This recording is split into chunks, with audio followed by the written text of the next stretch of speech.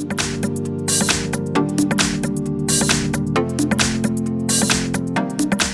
we've got Samsung Galaxy Note 20 Ultra, and let me show you how to change ringtone on the following device. So at first you have to open the settings, then find and select Sounds and Vibration, and click on Ringtone.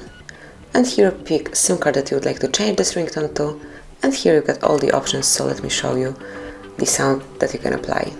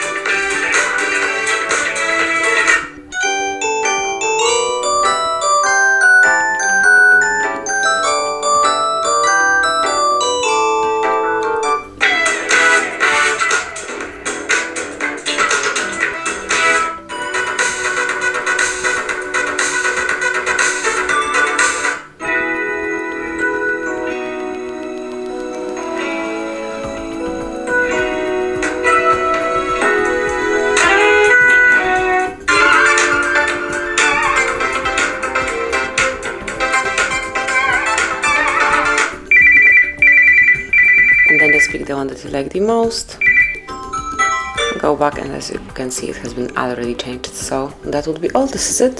Thank you for watching. Please subscribe our channel and leave the thumbs up.